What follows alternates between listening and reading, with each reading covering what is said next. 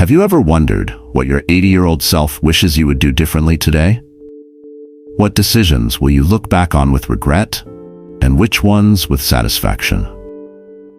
I've spent the past year interviewing over 50 retirees in their 70s and 80s about their biggest regrets.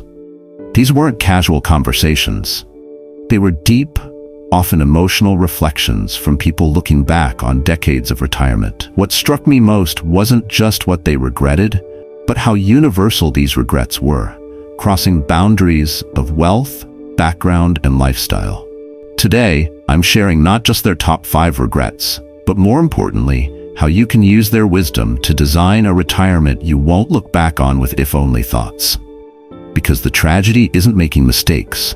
It's making the same mistakes others have already made and warned us about. Recent research from the MIT Age Lab shows that 67% of retirees report having significant regrets about their retirement planning decisions.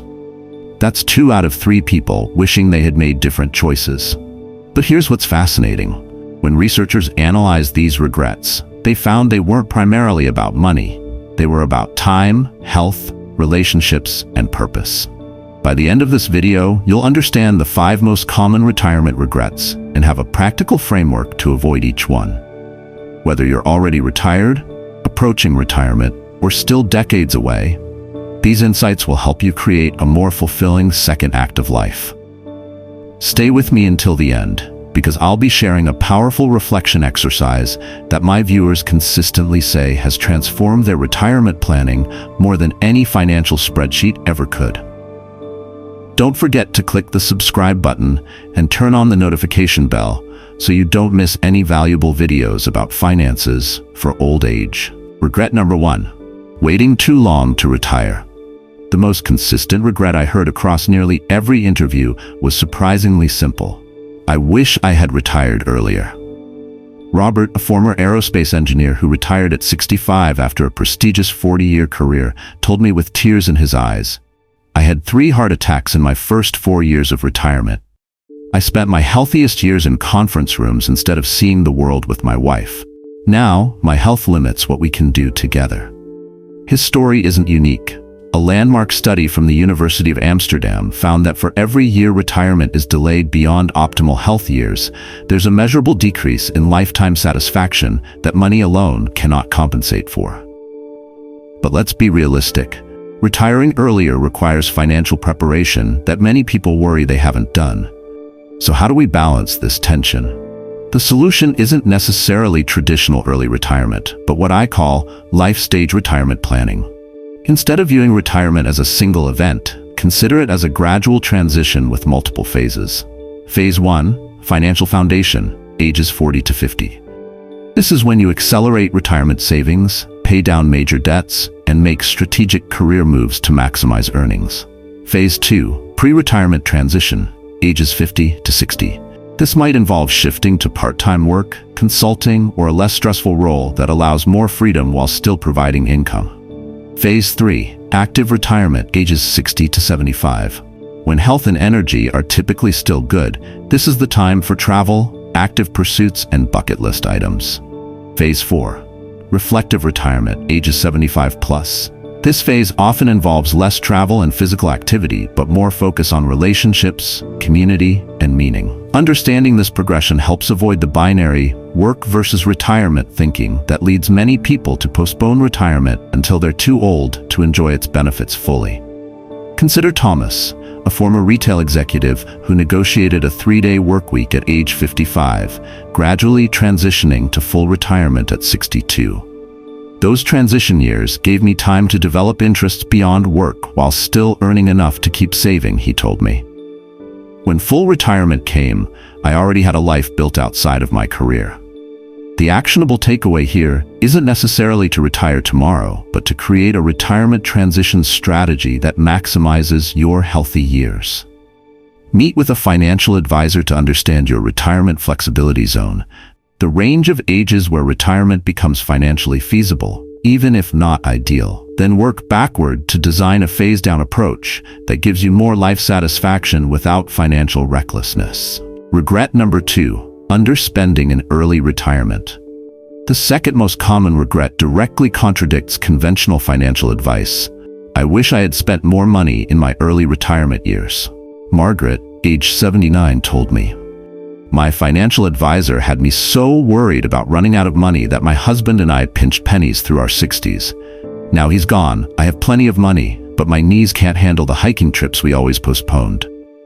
This pattern appeared repeatedly in my interviews.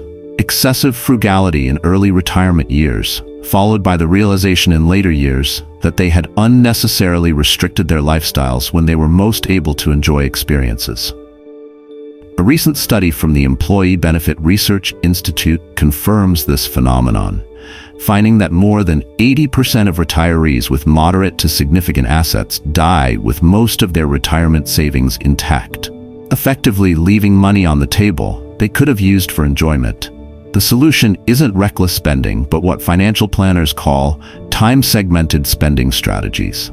This approach recognizes that spending typically follows a retirement spending smile. Higher in early retirement, ages 60 to 70, for travel and experiences. Lower in middle retirement, ages 70-80, as activity naturally decreases. Potentially higher in late retirement, 80+, as healthcare costs increase. Practical application means building a retirement budget that intentionally allocates more discretionary spending in those early years. It might mean spending 5 to 10% more than traditional withdrawal strategies suggest during your 60s and early 70s, then adjusting downward as activity levels naturally decrease.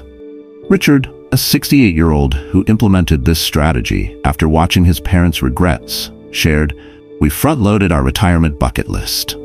We're spending more now on experiences, knowing we'll naturally spend less as we slow down." Our financial planner built this pattern into our withdrawal strategy, instead of treating every retirement year as financially identical. The key is intentionality. Making conscious decisions about when to use your resources rather than defaulting to maximum conservation regardless of life stage. Regret number 3, neglecting health until it's too late. The third regret was perhaps the most poignant because it has the greatest impact on overall quality of life. I wish I had taken better care of my health earlier. James, a 76-year-old former executive, put it bluntly. I spent 40 years climbing the corporate ladder, eating airport food, skipping sleep, and postponing exercise. I had plenty of money to retire at 65, but my health was already compromised. Now I'm spending that money on medical bills instead of enjoying life. What makes this regret particularly tragic is that health investments in your 50s and 60s yield exponential returns in your 70s and 80s. The Stanford Center on Longevity found that individuals who maintained regular physical activity and healthy eating patterns through midlife had nearly twice the functional mobility in later years compared to those who didn't. But health isn't just about avoiding disease, it's about maintaining capacity for the activities that bring joy. Research from the Journal of Happiness Studies shows that physical capability, the ability to move, travel, and engage in activities independently, is a stronger predictor of retirement satisfaction than financial status. How can we apply this wisdom practically? I recommend a 3-part longevity investment strategy that treats health as seriously as financial planning. Part 1. Movement portfolio diversification. Just as you wouldn't put all your financial investments in one stock, don't put all your physical activity in one basket. Develop a mix of cardiorespiratory fitness, walking, swimming, cycling. Strength training preserves muscle mass that naturally declines with age. Flexibility and balance work prevents falls and maintains mobility. Part 2. Nutritional foundation building. Focus on an anti-inflammatory eating pattern like the Mediterranean diet, which research consistently links to both longevity and better quality of later years. Part 3. Proactive health management. Develop relationships with healthcare providers before crises, get baseline measurements, and address emerging issues promptly rather than waiting until they limit function. Eleanor, who at 81 still travels internationally, attributes her vibrant later years to decisions made decades earlier. At 50, I hired a personal trainer and nutritionist instead of buying a luxury car. It was expensive then, but it gave me 30+ years of mobility and independence. Best investment I ever made. The implementation doesn't require dramatic life overhauls. Research shows that even modest, consistent health practices, walking 30 minutes daily, strength training twice weekly, and emphasizing whole foods, can dramatically change health trajectories when maintained over decades. The question isn't whether you can afford to invest in your health now, but whether you can afford not to. Regret number 4, failing to develop meaningful interests beyond work. The fourth regret reflects a psychological aspect of retirement many people underestimate. I wish I had developed hobbies and interests before retiring. Charles, who had been a dedicated physician for 42 years, shared, "I was so wrapped up in my identity as a doctor that I never developed other parts of myself. When I retired, I not only lost my job, I lost my purpose and sense of who I was." This identity void helps explain why retirement increases depression risk by 40% for those without non-work interests and social connections, according to research from the Institute of Economic Affairs. The challenge is that meaningful interests rarely develop overnight. They require time to explore, develop skills, and build communities around shared activities, all of which is harder to do when facing the sudden vacuum retirement can create. The solution is what psychologists call identity diversification, deliberately developing multiple sources of meaning, purpose, and enjoyment beyond your career. Martha, a former accountant who now teaches painting workshops at 74, started taking art classes in her 50s. "I was terrible at first, but that wasn't the point. I was planting seeds for my future self. By retirement, I had enough skill to find joy in it. And more importantly, I had a community of fellow artists that had nothing to do with my former career." Practical implementation means scheduling regular time, even just 2 to 3 hours weekly, to explore and develop interests at least 5 to 10 years before retirement. This future self-investment pays dividends in retirement that no financial instrument can match. The activities themselves matter less than their ability to provide 3 psychological needs: competence, developing skills; autonomy, self-directed engagement; and relatedness, connection with others. Whether it's woodworking, photography, writing, volunteering, or learning an instrument, the key is beginning the exploration while work still provides your primary identity, allowing new sources of meaning to take root gradually. Regret number 5. Postponing travel and experiences. The 5th most common regret brings us back to the finite nature of physical capacity. I wish we had traveled more when we were younger and more able. Patricia, now 82, shared, "We had this dream list of places: New Zealand, the Galapagos, hiking in Norway. We kept saying we'll go next year when the market is better, or after this project is done. By the time we felt financially comfortable enough, my husband's Parkinson's made those trips impossible." What makes this regret particularly sharp is its irreversibility. Financial mistakes can often be corrected over time, but opportunities for physical experiences have biological time limits that no amount of money can overcome later. The data supports this concern. A study from AgeWave and Merrill Lynch found that 58% of retirees over 75 report having to permanently abandon travel dreams due to health limitations, not financial constraints. The practical solution isn't necessarily spending retirement savings prematurely, but rather creating what I call an experience timeline strategy that maps desired activities against realistic physical capacity projections. This means prioritizing physically demanding experiences, hiking, adventure travel, etc., for your 60s and early 70s. Scheduling moderately active experiences, cultural travel, moderate sightseeing for your 70s. Planning more contemplative experiences, cruises, educational experiences, family visits for your 80s and beyond. William and Jean, who implemented this strategy in their early 60s, explained, "We budgeted separately for our high-activity bucket list and made those trips priority expenditures, even when it meant being more frugal in other areas.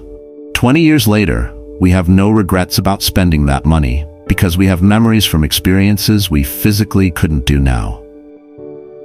The implementation strategy is straightforward.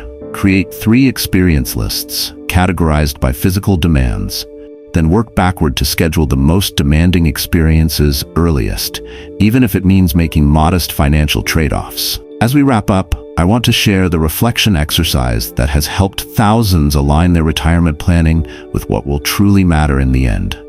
I call it the deathbed perspective exercise, and while it might sound morbid, it's profoundly clarifying. Here's how it works. Imagine yourself at age 90, looking back on your life. Write down what you hope you'll be able to say about how you spent your retirement years. What experiences would you have had? What would you have prioritized? Who would have been part of your life? What would you have contributed? Then ask the harder question. What would your 90-year-old self be heartbroken to have missed? What regrets would be most painful? This exercise cuts through financial overthinking and connects you to what retirement planning is ultimately about, creating a life of meaning, connection, and fulfillment in your later years. The 5 regrets we've discussed today: retiring too late, underspending in early retirement, neglecting health, failing to develop interests, and postponing experiences, all reflect a common theme: underestimating the non-financial dimensions of retirement planning. If you found value in these insights, please hit the like button to help others discover this message. Share this video with someone approaching retirement who might benefit from this perspective. And if you're committed to designing a regret-free retirement, subscribe to our channel and hit the notification bell for weekly guidance on holistic retirement planning. In the comments below, I'd love to hear which of these potential regrets resonates most strongly with you, or what steps you're taking to avoid these common pitfalls. Remember, the purpose of retirement planning isn't just financial security. It's creating the freedom to live according to your deepest values when you finally have the time to do so.